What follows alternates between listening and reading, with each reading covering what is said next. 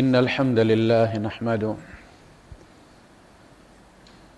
ونستعينه ونؤمن به ونتوكل عليه ونعوذ بالله من شرور أنفسنا ومن سيئات أعمالنا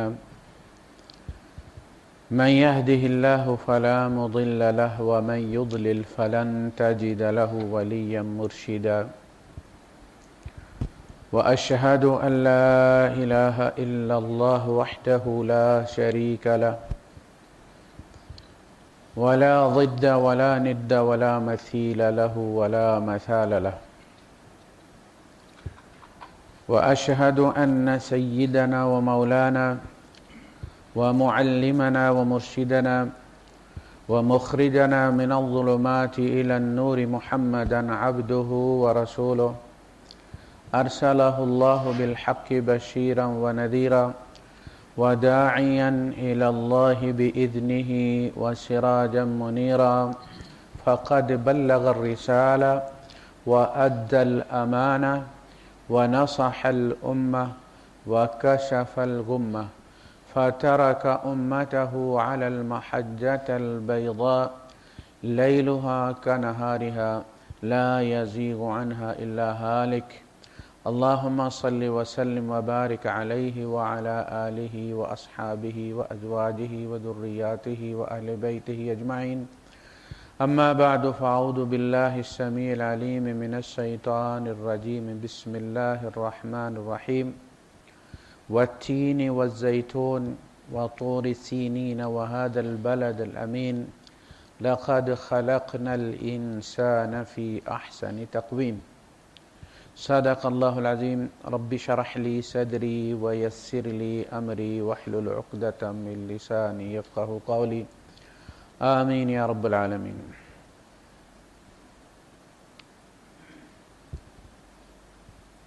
اللہ پاک نے انسان کو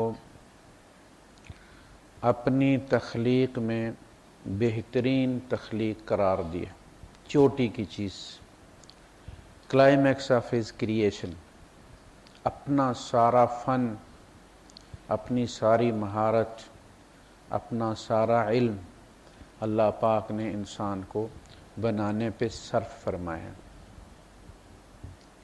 بڑی گنجلک مخلوق ہے، بڑی سوفسٹیکیٹڈ ہے، بڑی نازک ہے۔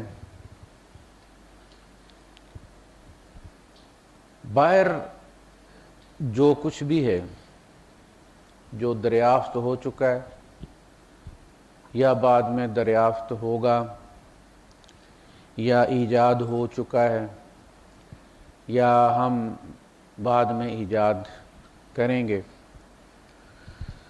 اس سب میں ارتقاء، ترقی ہوتی رہے گی، ہو رہی ہے، تنوع ہے۔ لیکن جہاں تک انسان کی اپنی ذات کا تعلق ہے تو اس کا محور، اس کی سوچ کا محور اس کی اپنی ذات ہے۔ کائنات میں ڈھیر در کھلیں گے۔ آج سے 12، 14 یا 20 سال پہلے دنیا موبائل سے واقف نہیں تھی، یہاں بھی لینڈ لائنز بھی جو تھیں وہ بھی بس ٹامی تھیں، فون بہت مہنگا تھا، آپ کو پتہ ہے 12 درم کی جو ہے وہ ہم پر منٹ کال کرتے رہے ہیں، بہت مہنگا تھا۔ جس کے پاس موبائل ہوتا تھا بڑی چیز ہوتی تھی۔ پھر یہ دنیا آئی، کبھی پیٹرول نہیں تھا، گاڑیاں نہیں تھیں، انسان تب بھی ویسا ہی تھا جیسا اب ہے، اور بعد میں پتہ نہیں کیا کچھ ہوگا۔ جب یہاں آٹا بحری جہاز سے آیا کرتا تھا، آسٹریلیا سے 2 مہینے میں پہنچا کرتا تھا، کیڑے اس میں پڑے ہوئے ہوتے تھے، دمدار کیڑا ہوتا تھا، تب بھی انسان ایسا ہی تھا۔ جب ڈاک سے خط بحری جہاز سے آیا کرتا تھا، والد صاحب کا 40واں بھی ہو جاتا تھا، ادھر اس کی ڈیتھ کی خبر بھی نہیں پہنچتی تھی اس وقت۔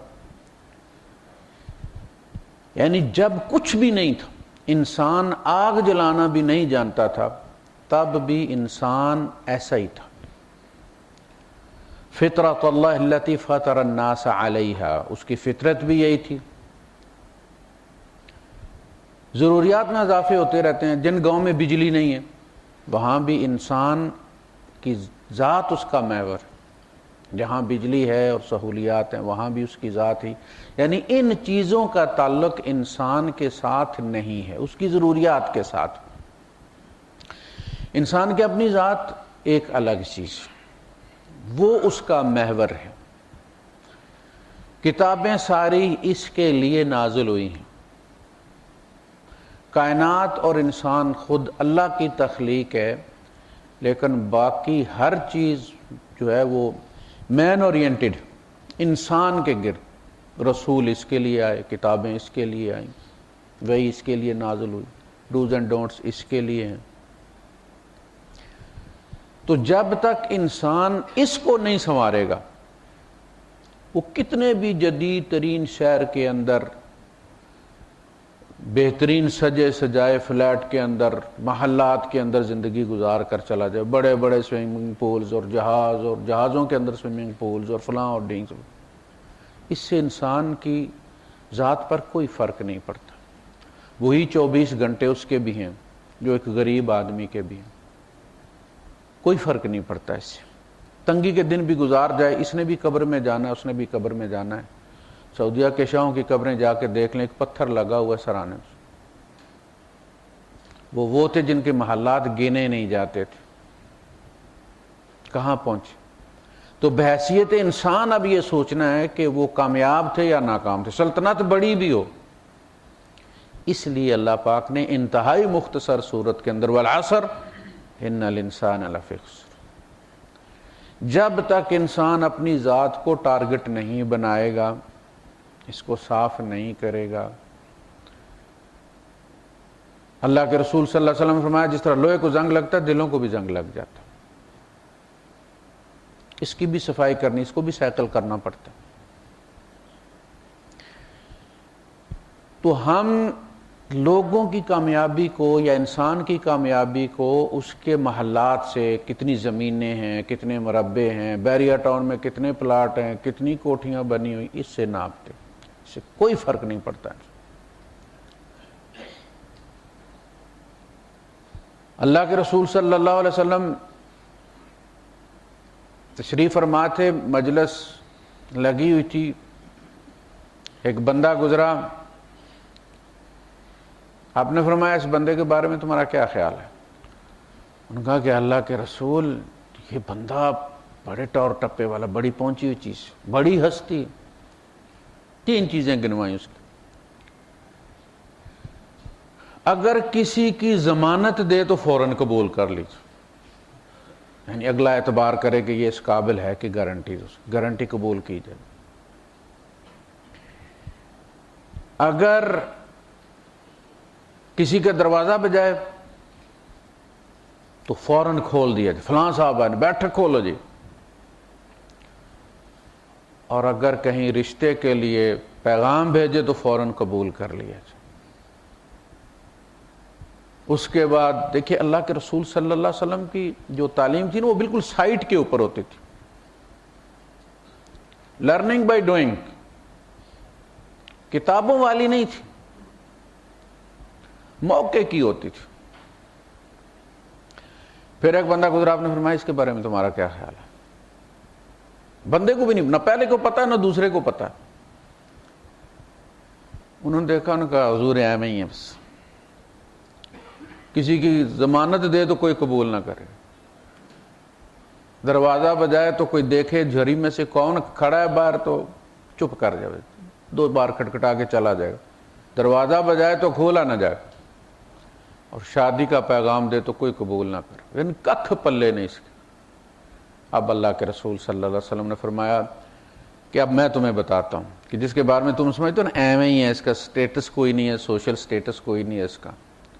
وہ جو پہلے والا بندہ گزرا تھا نا جنہیں تم نے بتایا تھا کہ جی بس رشتے کے لیے پیغام بھیجے تو فوراً قبول کر لیا جائے، اور جناب ضمانت دے تو فوراً قبول کر لی جائے، دروازہ بجائے تو فوراً کھول دیا جائے، ان جیسوں سے یہ پوری زمین بھی بھر جائے نا تب بھی اللہ کو یہ بعد والا بندہ زیادہ پیارا ہے ان سے۔ یہ ہے اصل بات۔ آپ نے فرمایا یہ وہ بندہ ہے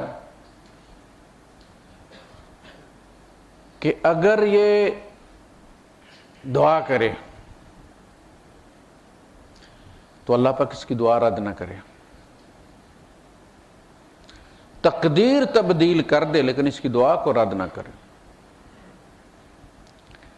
اصلاً جو بندے کی کامیابی ہے وہ انسان اور اللہ کے درمیان اس کے تعلق کی ہے، باقی ساری جو کائنات ہے، ساری چیزیں وہ اضافی ہیں،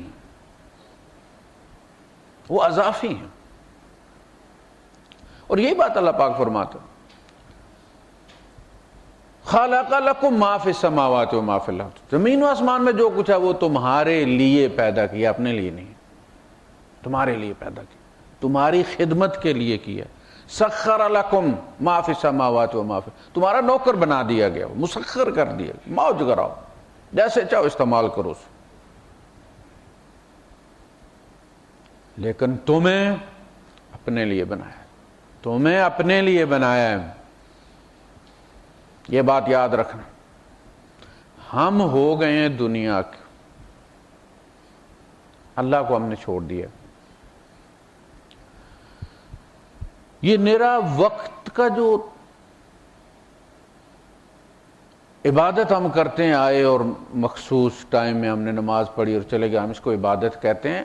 اللہ کے نزدیک یہ عبادت نہیں ہے، یہ عبادت میں سے ایک جز ہے۔ میں ہمیشہ کہا کرتا ہوں کہ ہمارے فقہا نے جب کلاسیفیکیشن کی مختلف امور کی تو اس میں انہوں نے پھر قانونی طور پر چیزوں کو الگ کیا۔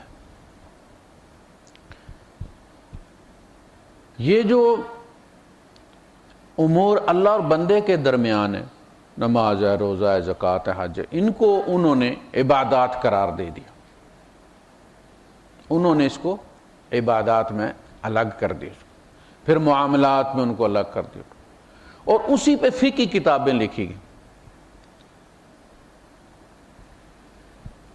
یہ بڑا محدود سا ایک تصور ہے عبادت کا کہ آپ آئے، آپ نے وضو کیا اور وہی جو آپ 10-15 منٹ آپ کر گئے اس کے عبادت کہتے ہیں، ایسا نہیں ہے۔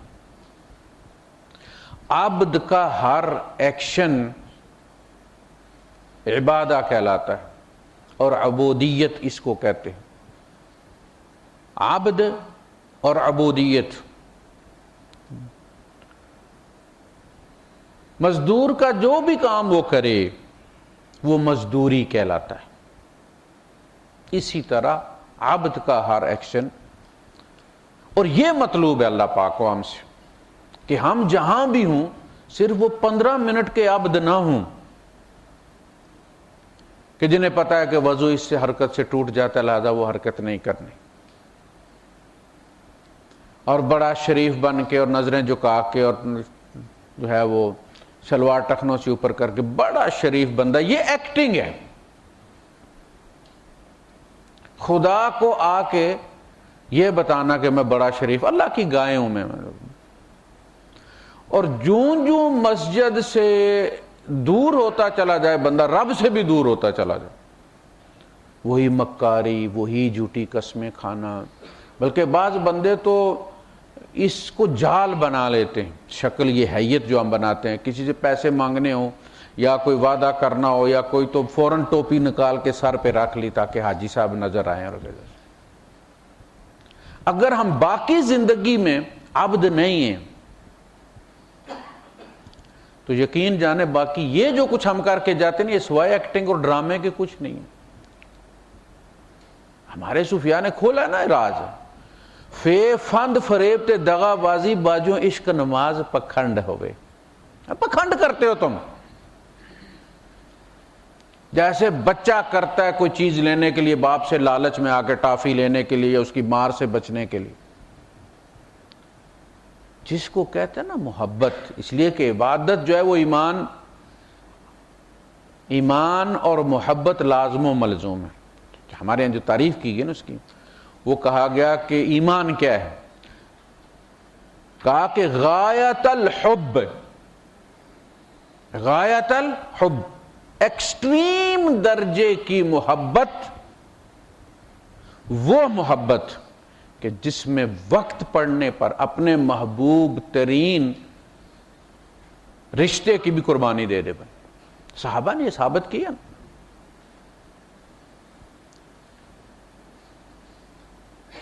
ایک بھائی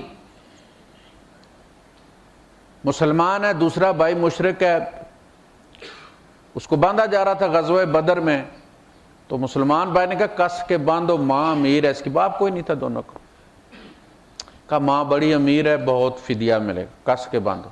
وہ حیران ہو گیا. قبائلی زندگی جس میں لوگ اپنے بھائی کے ناحق بھی کھڑے ہوتے ہیں, اب بھی قبائل میں وہ یہ نہیں دیکھتے کہ ہمارے بھائی نے ناحق قتل کیا ہے اور اس کو قتل ہونا چاہیے, وہ اپنے بھائی کے ساتھ کھڑے ہوتے ہیں قاتل کے ساتھ. یہ ہے قبائلی زندگی. اس میں اس نے کہا اپنے بھائی کے خلاف یہ کہہ رہے ہو؟ کہا نہ بھائی تو نہیں, بھائی وہ جو باندھ رہا ہے, یہ کلمے کی وہ برادری ہے, وہ اخوت, انما المؤمنون اخوۃ, یہ وہ اخوت ہے جو مرنے کے ساتھ کینسل نہیں ہوتی, یہ حشر میں بھی قائم رہے گی. تو غایت الحب مع غایت الذل والخشوع, یعنی ایک چیز تھیوری ہے, دوسرا اس کا پریکٹیکل ہے, لٹمس ٹیسٹ ہے. غایت الحب, انتہا درجے کی محبت, اس کو اللہ پاک نے بھی فرمایا ہے والذین آمنوا اشد حبا للہ ومن الناس من یتخذ من دون اللہ اندادا یحبونہم کحب اللہ. لوگوں میں کچھ ایسے بھی ہیں جنہوں نے ند بنا لی, لا ضد ولا ند ولا مثیل لہ. ایک ہوتا ہے ند, ایک ہوتی ہے ضد, ایک ہوتا ہے شریک. انداد ند کی جمع ہے. کچھ لوگوں نے اللہ کے سوا کچھ اور ند چن رکھے ہیں. کیا کرتے ہیں؟ یحبونہم, ان سے محبت کرتے ہیں, کحب اللہ, جیسے اللہ کی محبت ہوتی. محبت بے شک سب سے کرے, محبت مطلوب ہے, ایک مومن بھی دوسرے مومن سے محبت کرتا ہے.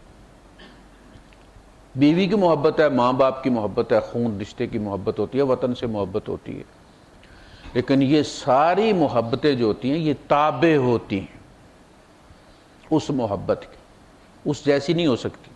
کحب اللہ, کحب اللہ نہ ہو تو پھر محبت نیچے مطلوب ہے, لیکن جب وہ اللہ کی طرح ہو جائے تو پھر وہ ند, ضد اور شرک میں شامل ہو جائے. والذین آمنوا اشد حبا للہ, وہ جو ایمان والے ہیں ان کی شدید ترین محبت اللہ کے لیے ہوتی ہے اور اللہ سے ہوتی ہے.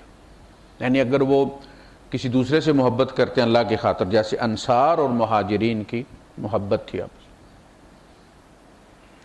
یہ ان کی تعریف ہے اصل میں. یہ جو ہم سے مطلوب ہے نا, یہ صحابہ میں موجود تھا. مثال دیتا اللہ پاک, یؤثرون علی انفسہم ولو کان بہم خصاصہ, خود فاقہ بھی ہو تو دوسرے کو ترجیح دیتے. ہمارا پیٹ بھرا ہوا بھی ہو تو ہم کوشش کرتے ہیں کہ بغلوں میں ڈال کے لے جائیں, جیبوں میں ڈال کے لے جائیں, لیکن ہمارے ہی گھر جائے, کسی غریب کے منہ میں نہ جائے. یہی حال ہماری قربانی کا بھی ہوتا. خون بہا دیتے ہم, اکثر و بیشتر جو ہے وہ باقی فریج میں چلا جاتا. پہلے سے فریج خالی ہونے شروع ہو جاتے ہیں, قربانی آ رہی ہے, گوشت جو ہے وہ سٹاک کرنا. اچھا, اللہ بھی کہتا ہے والذین آمنوا اشد حبا للہ, اس کے بعد وہ جو بھی کرتے ہیں وہ اللہ کے لیے کرتے ہیں. وآت المال علی حبہ ذوی القربى والیتامى والمساکین یطعمون الطعام علی حبہ مسکینا ویتیما واسیرا, علی حبہ, علی حبہ, اللہ کی محبت میں, اللہ کی محبت میں. ہم یہاں بھی جنت درکار ہے, یعنی ہم اس دنیا کی زندگی کو جنت بنانے کے لیے ہر کام کر بیٹھتے, اور آخرت میں بھی ہمیں جنت درکار ہے, خدا درکار نہیں. مومن اللہ کے لیے کرتا ہے, اللہ اسے کیا دیتا ہے وہ اللہ پہ چھوڑ دیتا ہے. اب یہاں بھی کہیں کسی سے کہ یار فلاں کے گھر جا رہے ہیں وہ بریانی بڑی اچھی پکاتا ہے، کتنی گھٹیا بات ہے،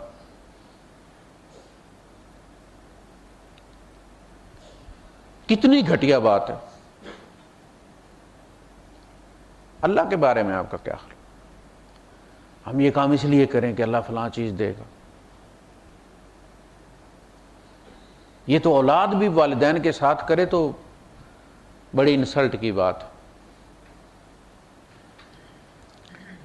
اشد حبا للہ، جنت سے شدید محبت نہیں، اللہ سے شدید محبت۔ جنت ہم اس لیے مانگتے ہیں، انبیاء نے بھی مانگی، صحابہ نے بھی مانگی، اس لیے کہ وہ ہمارے ایمان کا حصہ ہے۔ والجنت حق والنار حق، اس لیے ہم وہ طلب کرتے ہیں، جہنم سے پناہ مانگتے ہیں۔ لیکن ہمیں یہ معلوم ہونا چاہیے کہ جنت میں ہمیں سے کوئی بھی اپنے عمل سے نہیں جا سکتا، آپ کتنے عمل کر لیں، کتنے بھی عمل کر لیں۔ ہم بلینک چیک ایشو کرتے رہتے ہیں، ہماری زبان ہر لمحے سائن کرتی رہتی ہے، ہم گرمیوں کے روزے دے دیتے ہیں، روزے کی حالت میں ہم غیبت کرتے ہیں، فلاں نے ایسے کیا، فلاں نے ایسے کیا، فلاں نے۔ ہم یہ تو حساب رکھ رہے ہیں کہ نمازیں ہم پڑھتے ہیں اور روزے ہم رکھ رہے ہیں، لیکن ہم نے بلینک چیک کتنے دیے، اس کا جب حساب ہوگا تو کسی کے پلے ککھ نہیں رہے گا۔ ایک بندہ جب اپنی نیکی کا وہاں تفاخر کا اظہار کرے گا اپنی نیکی پر، تو اللہ پاک پھر نعمتوں کا حساب لے گا اور سب سے ادنا نعمت سے یہ کہے گا کہ تو اپنا حق وصول کر لے اس کی نیکیوں میں سے، کس کے اعمال میں سے۔ اور وہ ادنا نعمت، چھوٹی سی نعمت، وہ ساری نیکیاں کھا جائے گی اور پھر بھی کہے گی کہ اللہ میرا حق ادا نہیں ہو۔ اس وقت بندے کو پتا چلے گا رب کے ساتھ اکاؤنٹنٹ والا حساب نہیں ہو سکتا۔ جب بندہ احسان جتلائے گا عبادت کا تو پھر کوالٹی چیک کی جائے گی، پھر کوالٹی چیک کی جائے گی۔ نکالو اس کی نمازیں، لگاؤ ذرا پروجیکٹر پہ، اب یہ سجدے میں تھا تو یہ کہاں تھا، رکوع میں تھا تو کہاں تھا، قیام میں کہاں تھا، میرے سامنے تو تھا ہی نہیں۔ کون سی نماز بھائی، تم میرے سامنے تو تھے نہیں، ٹائم تم نے الٹا میرا ٹائم مجھے دیا تم نے، اللہ اکبر کر کے میٹر ڈاؤن ہو گیا کہ یہ ٹائم اب میرا ہے، اس کے بعد تو کہاں چلا گیا تھا۔ یہ تو اسی طرح جس طرح آپ جائیں جناب اور حاضری لگائیں رجسٹر میں اور نکل جائیں، پھر ڈیوٹی ادا نہ کریں۔ تم آئے، تم نے اللہ اکبر کیا، سائن کی اور نکل گئے وہاں سے، سبزیاں خریدتے رہے، دکانوں کا حساب لگاتے رہے، جوازات میں ویزے کے لیے پیپر جمع کرواتے رہے، میرے سامنے تم کہاں تھے۔ حضور نے فرمایا نا کہ اللہ پاک تب تک نمازی کے سامنے رہتا ہے جب تک نمازی اس کی طرف متوجہ رہتا ہے، جب وہ اپنی توجہ بٹا لیتا ہے تو اللہ بھی پردہ گرا دیتا ہے۔ اب میرے بندے کو میری ضرورت نہیں رہی۔ پھر کوالٹی چیک کی جائے گی، اور جب کوالٹی چیک کی جائے، اللہ کے رسول صلی اللہ علیہ وسلم نے فرمایا عائشہ جس کا عمل پرکھنے کے لیے اللہ نے روک لیا اس کی ماں مر گئی۔ حضور نے فرمایا نا کہ کوئی شخص اپنے عمل سے جنت میں نہیں جائے گا، سارے اللہ کے فضل سے جنت میں جائیں گے۔ اس پہ حضرت عائشہ صدیقہ رضی اللہ تعالیٰ نے فرمایا اللہ کے رسول آپ بھی، آپ نے فرمایا میں بھی اللہ کے فضل سے جاؤں۔ ان کا حضور وہ جو فرمایا حساباً یسیرا اللہ پاک نے، وہ کیا ہے؟ اللہ پاک نے فرمایا عائشہ وہ یہ ہے کہ فرشتے یہ کہیں کہ اتنی نمازیں اور اللہ کہے لکھو اتنی نمازیں، اتنے روزے اللہ کہے لکھو اتنے روزے، جو نکالتے جائیں وہ قبول کرتا جائے۔ عائشہ اگر کسی کا اس نے عمل روک لیا کہ ذرا لگا کے دکھاؤ، ذرا نکال کے دکھاؤ اس کو، اس کی ماں مر گئی، پھر رب کے اس سٹینڈرڈ پہ پورا نہیں اتر سکتا۔ میاں محمد صاحب نے نقشہ کھینچا ہے، فرماتے ہیں کہ جنہ سناراں اگے رل دے، جنہ سرافاں اگے رل دے، لال جواہر پنے، یعنی ون پوانے جسے ہم پنجابی میں کہتے ہیں، جن سناروں کے سامنے ون پوانے جو ہے وہ بڑی ورائٹی والے لال اور جواہر بکھرے پڑے ہوں، ان کے سامنے ہم کچے من کے اگر لے جائیں تو وہ قبول کریں گے؟ ڈھیر لگے ہیں اس کے سامنے. اور ہم نقلی موتی لے جائیں، انبیاء اور اولیاء کی نمازیں ہوں، ان کا ذکر اذکار ہو، ان کی توجہ ہو، ان کی فریادیں ہوں، ان کی دعائیں ہوں، جنہ سرافاں اگے رل دے لال جواہر پنے، کچے من کے ویک اساڈے کد انہاں دل منے. ہمارا کیسے قبول کرے گا؟ وہ کرنے کے بعد وہ انبیاء عبادت کرنے کے بعد رو رو کے منظور کرواتے ہیں، ربنا تقبل منا وَأَدْخِلْنَا بِرَحْمَتِكَ فِي عِبَادِكَ الصَّالِحِينَ. اے اللہ تو اپنی رحمت اور رحم کر ہم پر اور اپنے صالح بندوں میں شامل فرما لے. یہ انبیاء کی دعائیں ہیں، اور ہم 4 نمازیں پڑھ لیں تو وہی کے انتظار میں بیٹھ جاتے ہیں، کہتے ہیں کوئی مصیبت ہم پر نہ آئے، ہماری ہر خواہش فوراً پوری ہونی چاہیے، ہم نماز نہیں پڑھتے.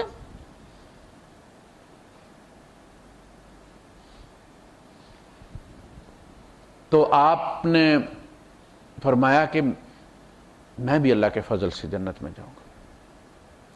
اللہ کا فضل کیا؟ اللہ پاک نے قرآن حکیم میں فرمایا کہ جس سے ہم راضی ہو جائیں. صحابہ کا یہ کمال نہیں کہ وہ بہت زیادہ نماز پڑھا کرتے، وہ اتنی، بعض لوگ ان سے زیادہ نمازیں پڑھتے، 50 ہزار نفل. آپ پڑھیں نا حکایات اولیاء تو آپ کو پتہ چلے گا کیا کیا ہوتا ہے. 8 رکعتوں میں 8 قرآن ختم، سپرمین. تاکہ تم ان کے در پہ جاؤ. کہتے جو نا بڑیاں محنتاں کیتیاں نے، محمد مصطفیٰ صلی اللہ علیہ وسلم سے زیادہ محنت کسی نے نہیں کی. اللہ کے رسول صلی اللہ علیہ وسلم کا کمال یہ ہے کہ آپ نے وہ کیا ہے جس کو ادنا ایمان والا بھی کرنے کی نیت کر لے تو کر سکتا ہے. 8 رکعت پڑھ سکتا ہے، 4 پڑھ سکتا ہے، 2 پڑھ سکتا ہے. اتنی تہجد تھی اللہ کے رسول صلی اللہ علیہ وسلم. 2 اور 3، 4 اور 3، 6 اور 3، 8 اور 3، یعنی 3 وتر. یہ رات کی عبادت. حضرت عائشہ صدیقہ رضی اللہ تعالیٰ فرمایا رمضان یا غیر رمضان میں حضور نے 11 رکعت سے زیادہ نہیں پڑھی. پڑھ سکتے، یعنی کوئی ایسا عمل نہیں کیا. جیسے ایک صاحب نے کہا کہ جی حضرت عائشہ صدیقہ رضی اللہ تعالیٰ عنہ سے پوچھا کہ حضور کیسے عبادت کرتے ہیں؟ انہوں نے کہا جی ایسے، یہ عبادت. ان کا وہ تو ویسے ہی بخشے بخشائے ہیں، ان کو تو اسی بات جتنی کرتے ہیں اس کی بھی ضرورت نہیں، ان کے لیے اتنا ہی کافی ہے جو ہو رہا ہے. لیکن میں، اللہ کی قسم، میں تو کبھی رات کو سویا نہیں کروں گا. روزے کے بارے میں پوچھا، انہوں نے کہا کہ روزے وہ 13، 14، 15 کا روزہ رکھتے ہیں. ان کا نہیں، میں تو کبھی بھی افطار نہیں کروں گا، یعنی مسلسل روزے رکھا کروں گا. حضور کو تو وہ 3 بھی کافی. تیسرے نے کہا کہ حضور نے تو بیویاں کی ہوئی ہیں، شادی میں تو شادی بھی نہیں کروں گا. کون ان کے خرچے اٹھائے، کون یہ توجہ لیتی ہیں، ٹائم لے لیتی ہیں، میں وہ ٹائم بھی خدا کو دوں گا. یہ تشدد. حضرت عائشہ صدیقہ رضی اللہ تعالیٰ نے آپ کو بتایا جب آپ گھر آئے واپس تو آپ نے فرمایا 3 بندے آئے تھے اور فلاں فلاں اور انہوں نے یہ بات کی. آپ نے ان کو بلوایا پھر اور آپ نے ان سے پوچھا. یعنی حضرت عائشہ صدیقہ رضی اللہ تعالیٰ کی سٹیٹمنٹ کے بعد بھی حضور نے ان سے وہ بات پوچھی، یہ تم ہو تینوں جنہوں نے یہ بات کہی ہے؟ کہ اللہ کا رسول ہم نے ایسا کہا. آپ نے فرمایا واللہ، اللہ کی قسم، میں تم سب سے زیادہ اللہ سے ڈرنے والا اور متقی ہوں. لَأَخْشَاكُمْ وَأَتْقَاكُمْ مِنَ اللَّهِ. لیکن یعنی تم یہ سب ڈر کی وجہ سے کر رہے ہو اور یہ ثابت کرنا چاہ کہ تم محمد سے زیادہ اللہ سے ڈرتے ہو. کوئی مجھ سے زیادہ نہیں ڈر. اس ڈر کے باوجود میں رات کو سوتا بھی ہوں اور عبادت بھی کرتا ہوں. میں روزے رکھتا بھی ہوں اور میں روزے چھوڑ بھی دیتا ہوں. یہ نفلی روزوں کی بات ہو رہی. اور میں نے شادی بھی کی ہوئی, گھر گرہستی, والنکاح من سنتی, یہ اسی حدیث کا ٹکڑا ہے, ہم لوگوں نے وہ ٹکڑے کیے ہیں.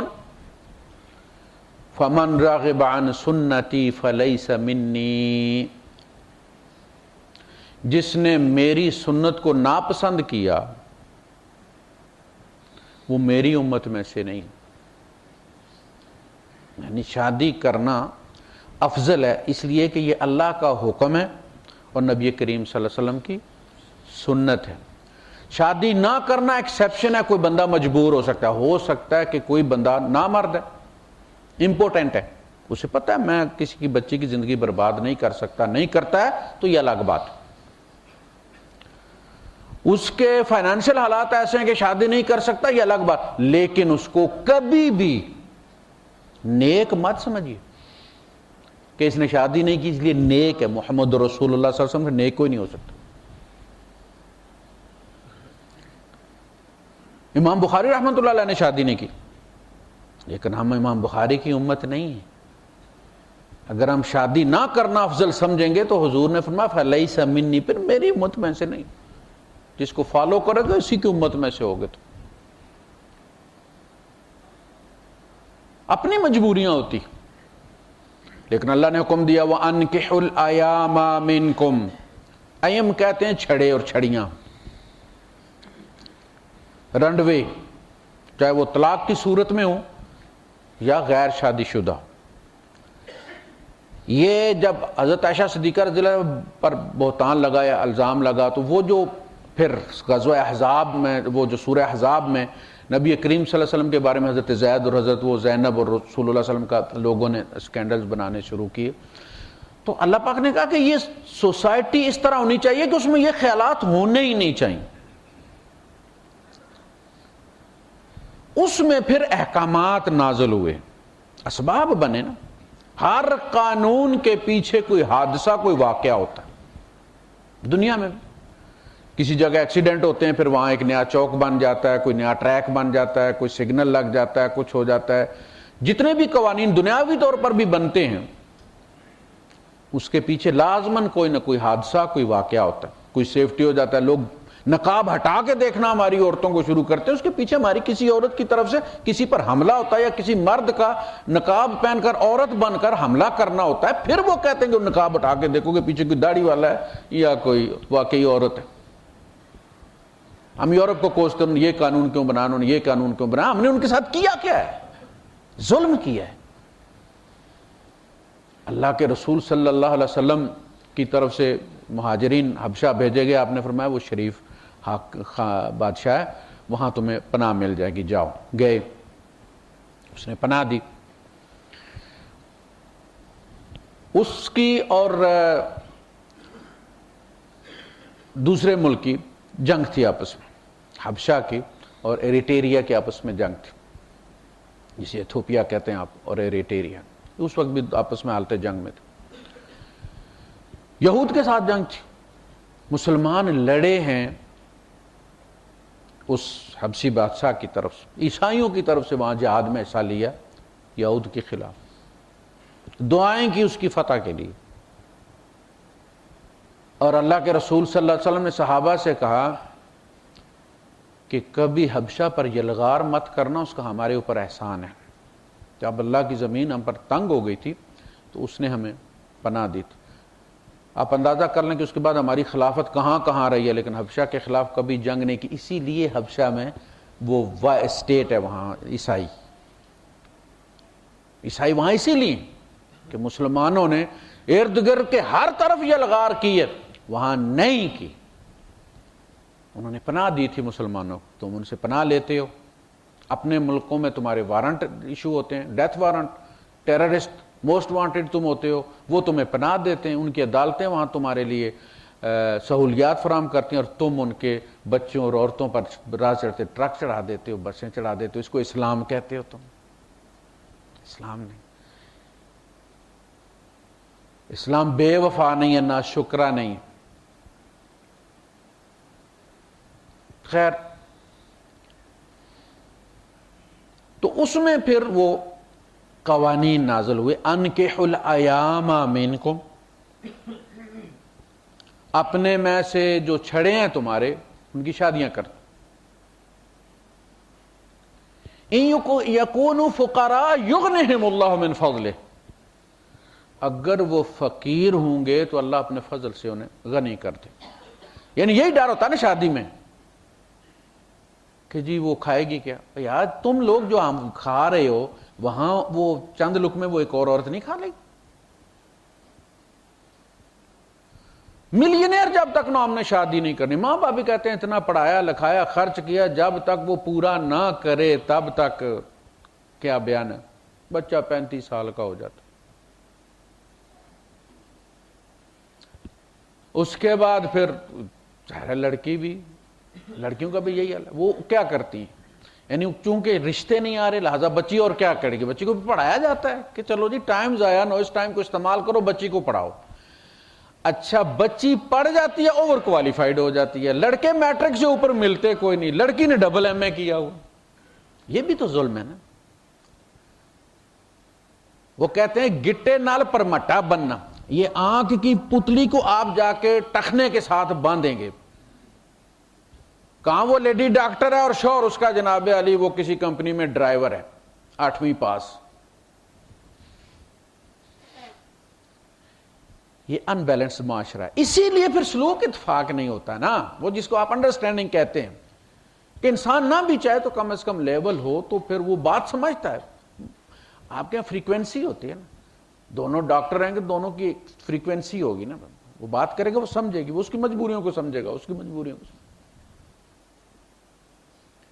اب یہ مسئلہ ہے، بچیاں زیادہ پڑھی ہوئی ہیں. اچھا پڑھی ہوئی ہیں پھر نوکری بھی مل جائے گی. وہ لے دیے 35,000.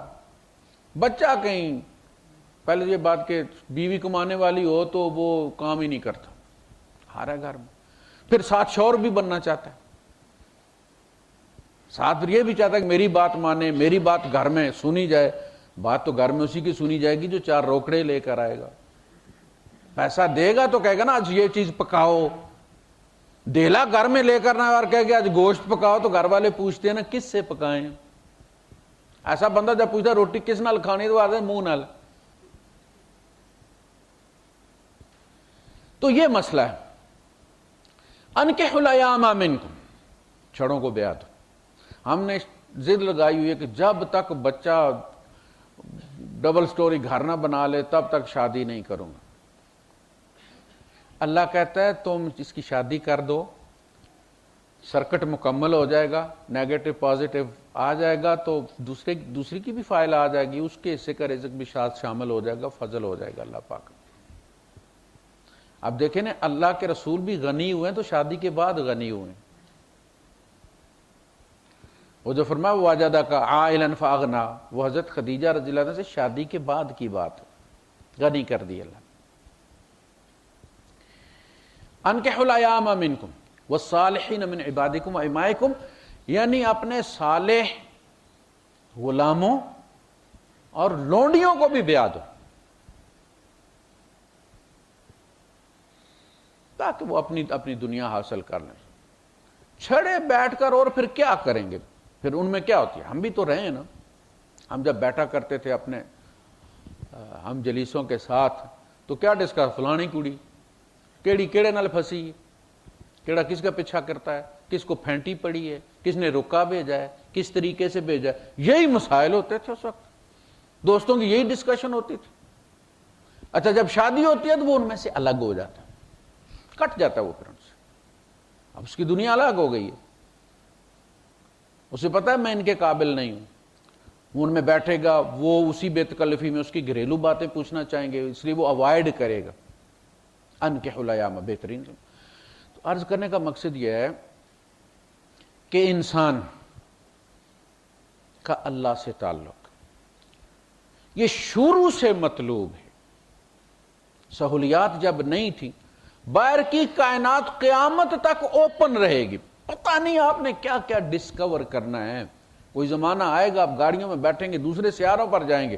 ابھی تو آپ دوسرے شہر جاتے ہیں سیر کرنے کے لیے، پتہ نہیں کیا کچھ ہو جائے گا. ٹائم مشین آپ ایجاد کر لیں گے، ادھر سے صندوق سمیت داخل ہوئے، ادھر سے جناب والی وہاں سے نکل آئے پاکستان سے فیکس کی طرح،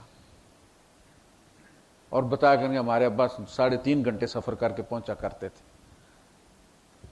پتہ نہیں کیا کچھ کریں گے اب، لیکن انسان وہی رہے گا، انسان وہی رہے گا۔ اس کی ضروریات جو رب کے ساتھ، اس کی ذات کا، اپنی ذات میں جب یہ جائے گا تو یہ وہیں کھڑا ہوگا جہاں آدم علیہ السلام کھڑے تھے، اللہ سے تعلق۔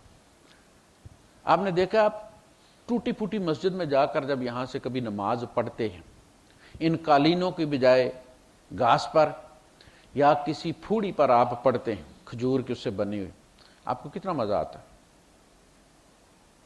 اس نماز میں کتنا خشوع ہوتا ہے۔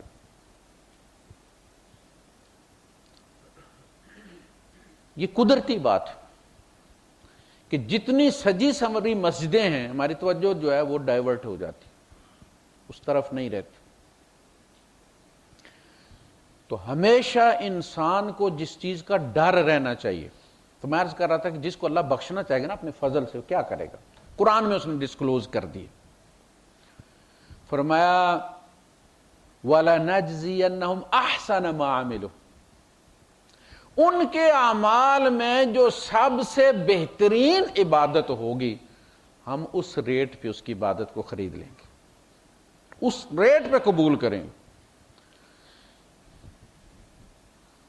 جو بہترین نماز اس نے پڑھی ہوگی انتہائی توجہ کے ساتھ، اللہ پاک اگر ساری نمازیں اسی ریٹ پر لے لو، ان کا بدلہ کچھ ملے گا، نور تو تقسیم ہوگا نا لوگوں میں، وہاں اور کوئی برانچ نہیں ہے، اللہ والی برانچ ہے، ایک ہی بینک۔ جب مطالبے والے مطالبے کریں گے اور اللہ پاک کو پتہ ہے کہ یہ بندہ پھنس گیا ہے، اس کو اب اتنی نیکیاں چاہیے، 2 کھرب 2، اچھا تو اللہ کا فضل کیا ہے؟ اللہ کا فضل یہ ہے کہ اللہ پاک کہے گا اچھا اس کی یہ عبادت 2 کھرب میں، یہ اسی طرح جس طرح دیوان سے بدوؤں کے پیسے چکائے جاتے ہیں، وہ ڈیفالٹ کر جاتے ہیں، نہیں دیتے، دیوان کہتا ہماری طرف سے لے لو لیکن ان کو کچھ مت کہو، اللہ پاک کہے گا اچھا ٹھیک ہے جتنے۔ دوسری چیز، دونوں پارٹیوں کو بلایا جائے گا، یعنی ایک تو یہ ہے کہ اللہ قانون کے حوالے کر دے، بس دونوں آپس میں آؤٹ آف کورٹ فیصلہ کر لو، جتنے پہ پارٹی راضی ہوتی ہے مجھے کوئی ان سے براز ذمہ لے لو، تو کلیئرنس لے لو، مجھے کوئی ذمہ، جائے جنت میں چلے جاؤ۔ لوگوں کے مطالبے نہ ہوں تو پھر تو مسئلے کو گناہ تو ہمارے اللہ پاک معاف کر دے گا، اس کا وعدہ ہے، ہماری توبہ قبول کر لے گا، جو بھی ہم نے توبہ کی ہوئی، جب اعمال تل جائیں گے پھر ہماری توبہ والی فائل منگوائی جائے گی، یہ وہ اپیل ہوگی اصل میں ہماری طرف سے اللہ کے معافی کی۔ تو مجھے اپنے رب سے امید ہے کہ اگر ہم اپنے بچے کو معاف کر دیتے ہیں تو اللہ پاک بھی معاف کر دے گا۔ مسئلہ جو لوگوں کے ساتھ ہے وہ ہے، لوگوں کو ہم کیسے راضی کریں گے۔ وآخر دعوانا الحمدللہ۔